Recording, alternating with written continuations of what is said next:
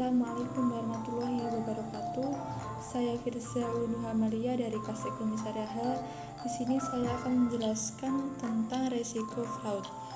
Dalam kehidupan manusia tentunya dihadapkan oleh banyak pilihan, di mana setiap pilihan tersebut mengandung banyak arti yang berbeda, tujuan yang berbeda, dan tentunya hasil yang berbeda pula. Penghadapan manusia selalu bisa berbeda pada tingkat perubahan, yaitu tingkat kemajuan. Namun untuk mendapatkan kemajuan itu tentunya butuh segala proses dan tahap demi tahap. Dan segala proses tersebut tentunya bukanlah cara yang mudah dan sederhana. Disinilah kita akan melihat bagaimana proses tersebut berlangsung. Apakah ia berjalan berdasarkan aturan atau menyalahi aturan yang berlaku. Misalnya timbulnya suatu fraud atau kecurangan yang disengaja. Definisi fraud. Fraud atau kecurangan merupakan suatu tindakan yang dilakukan secara sengaja untuk tujuan pribadi atau kelompok, di mana tindakan tersebut telah menyebabkan kerugian bagi pihak tertentu atau institusi tertentu. Kata fraud sendiri mengandung beberapa makna, yaitu seperti kebohongan, penggelapan, kecurangan, penipuan, kejahatan, terus ada rekayasa informasi, menghilangkan barang bukti secara sengaja. Kemudian ada definisi fraud. Resiko yang dialami oleh suatu perusahaan atau institusi karena faktor terjadinya tindakan fraud atau kecurangan yang disengaja, baik kerugian yang bersifat materi diukur dari segi nilai finansial dengan mengacu pada mata uang yang dipakai, dan kerugian non-material yang menyangkut dengan kerugian bersifat non-keuangan seperti menurunnya kepercayaan publik pada perusahaan. Di sini saya akan menjelaskan bentuk-bentuk fraud, yaitu ada intentional error, kemudian ada unintentional error, ada collusion, ada intentional misrepresentation, ada negligent misrepresentation, ada false promise, ada employee fraud, kemudian ada management fraud, ada organized crime, ada computer crime, ada white collar crime. Di sini saya akan menjelaskan satu persatu dari bentuk-bentuk fraud tersebut. Yang pertama ada intentional error, yaitu kekeliruan bisa disengaja dengan tujuan untuk menguntungkan diri sendiri dalam bentuk window dressing atau merekayasa laporan keuangan supaya terlihat lebih baik agar lebih mudah mendapatkan kredit dari bank. Kemudian ada check kiting atau saldo rekening bank ditampilkan lebih besar sehingga rasio lancar terlihat lebih menarik. Kemudian ada unintentional error, yaitu kekurangan yang terjadi secara tidak sengaja atau kesalahan manusiawi, misalnya salah menjumlah atau penerapan standar akuntansi yang salah karena ketidaktahuan.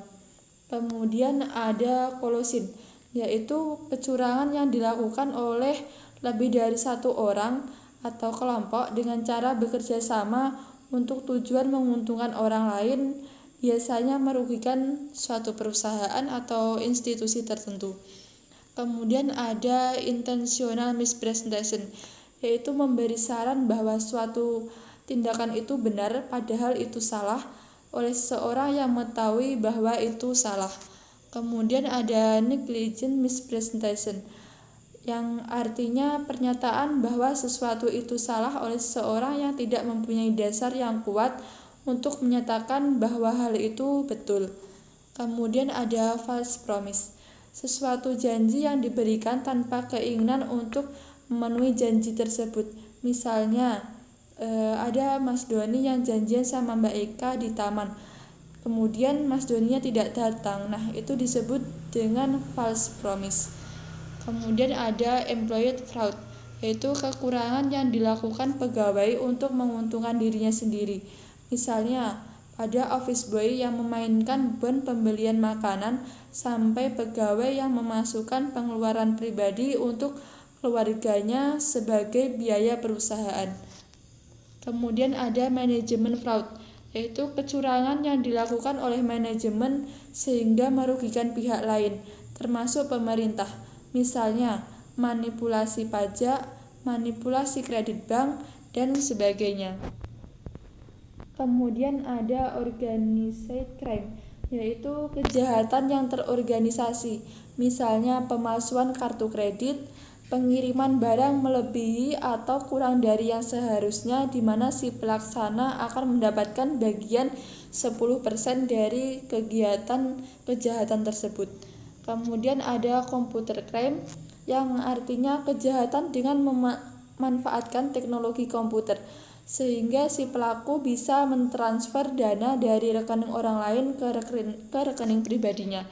Kemudian ada white collar crime, yaitu kejahatan yang dilakukan oleh orang-orang berdasi atau dari kalangan atas, misalnya mafia tanah, paksaan secara halus untuk merger, dan lain sebagainya. Kemudian ada sebab-sebab terjadinya fraud. Di sini saya mengambil 3 sebab, yaitu dari tekanan, kemudian adanya peluang, kemudian adanya rasionalisasi. Dari tekanan itu terjadi dorongan yang menyebabkan seseorang untuk melakukan kecurangan yang dipicu oleh beberapa alasan, yaitu dari kegiatan ekonominya, kemudian emosional, kemudian dari nilainya. Kemudian adanya peluang. Ketika terdapat peluang, maka disitulah para kesempatan yang dilakukan oleh pelaku kecurangan. Faktor ini biasanya didorong karena lemahnya internal kontrol atau penyalahgunaan wewenang dalam suatu manajemen perusahaan atau institusi tertentu.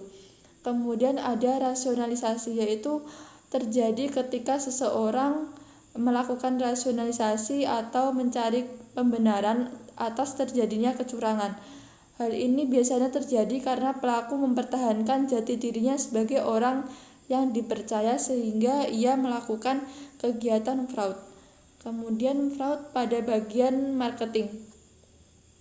Untuk bagian marketing, tindakan fraud bisa terjadi dalam beberapa bentuk yang secara umum, seperti mengubah biaya advertising dengan harga yang berbeda dari yang berlaku umum dengan alasan tertentu, membuat event atau ajang promosi dengan mengandung selebritis secara berlebihan sehingga terkesan lebih pada keinginan mempopularitaskan diri dari manajer marketing tersebut, bukan pada usaha untuk menaikkan angka penjualan produk.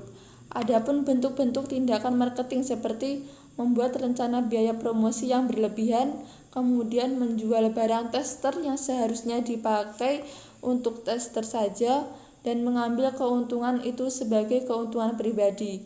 Kemudian menjual barang hadiah kepada orang konsumen yang seharusnya barang itu diberikan dalam bentuk sebagai hadiah saja.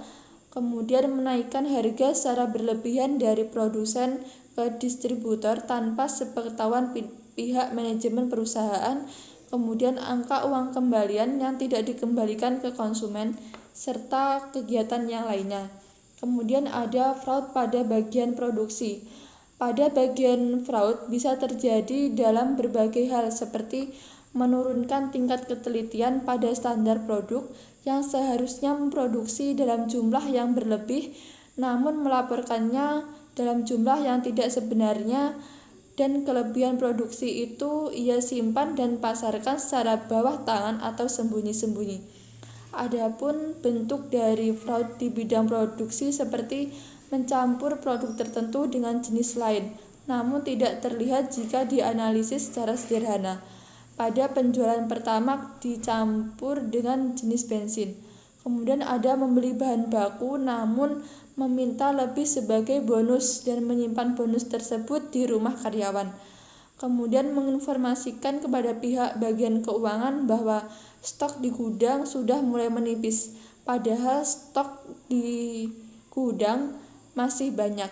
Kemudian menggunakan merek dagang dari perusahaan lain tanpa sepengetahuan mereka, namun kualitas produksinya rendah, dan kegiatan lainnya.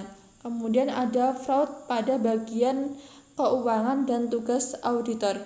Pada bagian keuangan, sudah jelas jika fraud itu berkaitan dengan perubahan angka pada laporan keuangan, di mana angka tersebut tidak lagi disajikan sewajarnya tapi sudah diubah-ubah, dan itu sering terjadi karena adanya tekanan dari pihak manajemen sehingga informasi yang diperoleh pabrik bukan lagi informasi yang datanya yang sebenarnya, namun sudah penuh dengan rekayasa.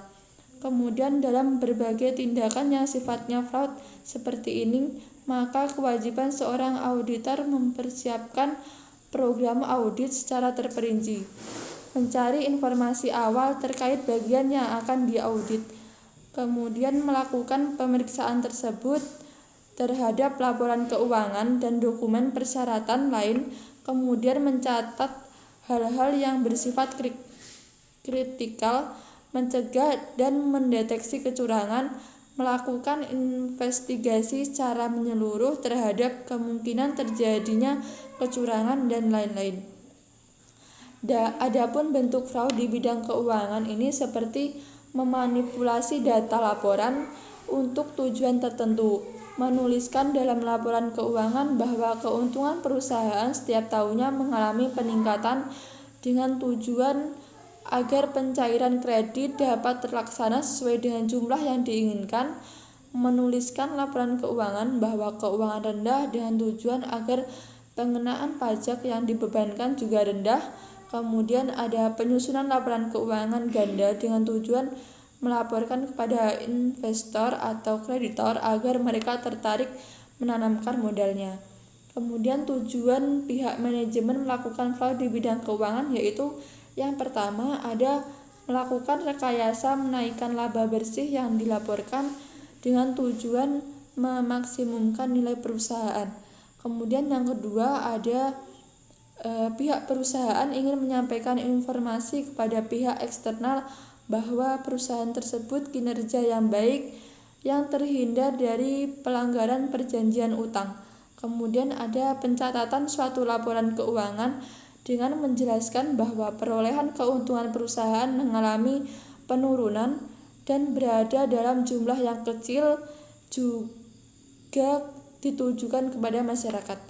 Kemudian ada pihak manajemen perusahaan melaporkan bahwa penjualan dan perolehan keuntungan perusahaan mengalami penurunan dengan tujuan agar pembayaran pajak menjadi lebih kecil. Kemudian ada faktor yang memungkinkan suatu perusahaan melakukan manipulasi dalam data laporan keuangan, yaitu yang pertama ada kemampuan perusahaan menghasilkan laba tidak memadai atau lebih rendah dibandingkan perusahaan lain. Kemudian ada tingkat perubahan rata-rata industri sejenis terlalu cepat. Kemudian ada tuntutan ganti rugi dan keluhan dari mitra kerja dan pelanggan yang meningkat. Kemudian ada kebijakan yang dapat mempengaruhi laba atau stabilitas keuangan perusahaan. Kemudian kerentanan hasil usaha perusahaan terhadap faktor-faktor ekonomi, misalnya pada inflasi, tingkat bunga pinjaman, kemudian pengangguran, dan lain-lain. Kemudian ada fraud pada bagian sumber daya manusia. Tindakan fraud pada bagian sumber daya manusia sering juga terjadi. Namun, kadang kala itu terjadi karena melibatkan orang dalam sebagai orang yang telah mengetahui kondisi di lapangan. Adapun bentuk tindakan fraud pada bagian sumber daya manusia antara lain yaitu membuat gelar kesarjanaan atau kepalsuan atau fiktif padahal yang bersangkutan tidak sedang kuliah di sana atau sedang sakit, menerima sogokan dengan menerima karyawan yang seharusnya tidak lulus menjadi diluluskan, kemudian membayar gaji karyawan tidak sesuai dengan isi perjanjian kontrak, kemudian membuat surat sakit palsu padahal yang bersangkutan sedang melakukan bisnis pribadi, tidak memberikan fasilitas pendukung yang maksimal dalam pekerjaan karyawan, dan ada kegiatan lainnya. Kemudian fraud pada earning management merupakan suatu tindakan yang mengatur laba sesuai dengan yang dikehendaki oleh pihak tertentu atau terutama oleh manajemen perusahaan. Tindakan ini bersifat mengambil keuntungan yang pendek tanpa mengetahui proses yang sewajarnya. Kemudian ada dorongan tindakan pihak manajemen melakukan karena ingin memperlihatkan kepada pihak pemegang saham terhadap prestasi kinerja perusahaan yang semakin lama semakin membaik. Kemudian ada fraud pada earnings management, yaitu yang pertama, standar akuntansi keuangan atau SAK memberikan fleksibilitas kepada manajemen untuk memilih prosedur dan metode akuntansi untuk mencatat suatu fakta tertentu dengan cara yang berbeda seperti memakai metode FIFO dan LIFO. Kemudian standar akuntansi keuangan memberikan fleksibilitas kepada pihak manajemen dapat menggunakan judgement dalam menyusun estimasi. Kemudian yang ketiga, ada pihak manajemen perusahaan berkesempatan untuk merekayasa transaksi dengan cara menggeser pengukuran biaya dan pendapatan. Kemudian fraud pada bagian insider trading merupakan informasi yang hanya dikuasai oleh sekelompok orang yang seharusnya disebar tanpa ditahan oleh sekelompok orang tersebut. Kemudian tindakan menyimpan informasi dalam arti memberikan adalah dilakukan dalam batas-batas yang dikaji sejauh mana itu akan memberikan dampak pada perusahaan, khususnya pengaruh pada harga saham. Ada beberapa pihak yang menyebutkan bahwa semakin baik suatu perusahaan dapat dilihat pada tindakan perusahaan yang begitu perhatian untuk menyampaikan informasi yang berhubungan dengan perusahaan kepada publik, atau dalam akuntansi dikenal sebagai disclosure. Disclosure dapat dipahami sebagai bentuk keterbukaan suatu perusahaan dalam melaporkan kebenaran kondisi keuangan dan non-keuangan yang dimilikinya secara terbuka, terutama pada pihak yang berkepentingan terhadap perusahaan sebagai investor, dengan tujuan agar informasi yang diterima menggambarkan kondisi perusahaan yang sesungguhnya, bukan bentuk rekayasa. Kemudian insider trading digolongkan sebagai tindakan fraud karena telah menyebabkan kerugian pada pihak lain, yaitu memonopoli informasi atau melakukan pengontrolan informasi itu dengan tujuan menarik keuntungan atau suatu kejadian yang tidak normal. Kemudian bentuk tindakan investigasi fraud dengan pendekatan interview, yaitu untuk melakukan data dan informasi yang akurat dan tepat. Maka ada beberapa hal yang harus diperhatikan dalam interview. Yang pertama yaitu menggunakan cara interogasi yang halus dan sopan, kemudian menggunakan asas praduga tak bersalah terhadap tersangka, kemudian kemukakan fakta bukan opini, kemudian ada mendengarkan jawaban tersangka dengan penuh kesabaran, kemudian ada jangka mengajukan pertanyaan yang bersifat memancing emosional harga dirinya, kemudian jangan perbolehkan tersangka kembali ke ruang kerja untuk menghindari lenyapan bukti-bukti yang diperlukan. Kemudian ada yang lainnya. Kemudian solusi untuk mencegah terjadinya fraud sendiri, yaitu ada beberapa solusi, yaitu yang pertama, tingkatkan pengendalian internal yang terdapat di perusahaan. Kemudian lakukan seleksi pegawai secara ketat. Kemudian yang ketiga ada memberikan imbalan yang memadai untuk seluruh pegawai. Kemudian melakukan pembinaan rohani. Kemudian tumbuhkan iklim keterbukaan di dalam perusahaan. Kemudian yang keenam yaitu ada manajemen harus memberikan contoh yang bertindak jujur, adil, dan bersih. Kemudian ada membuat kebijakan tertulis. Kemudian yang terakhir ada mewajibkan para pegawai untuk menggunakan hak cuti mereka. Cukup sekian yang dapat saya sampaikan. Apabila ada kurang lebihnya saya mohon maaf. Wassalamualaikum warahmatullahi wabarakatuh.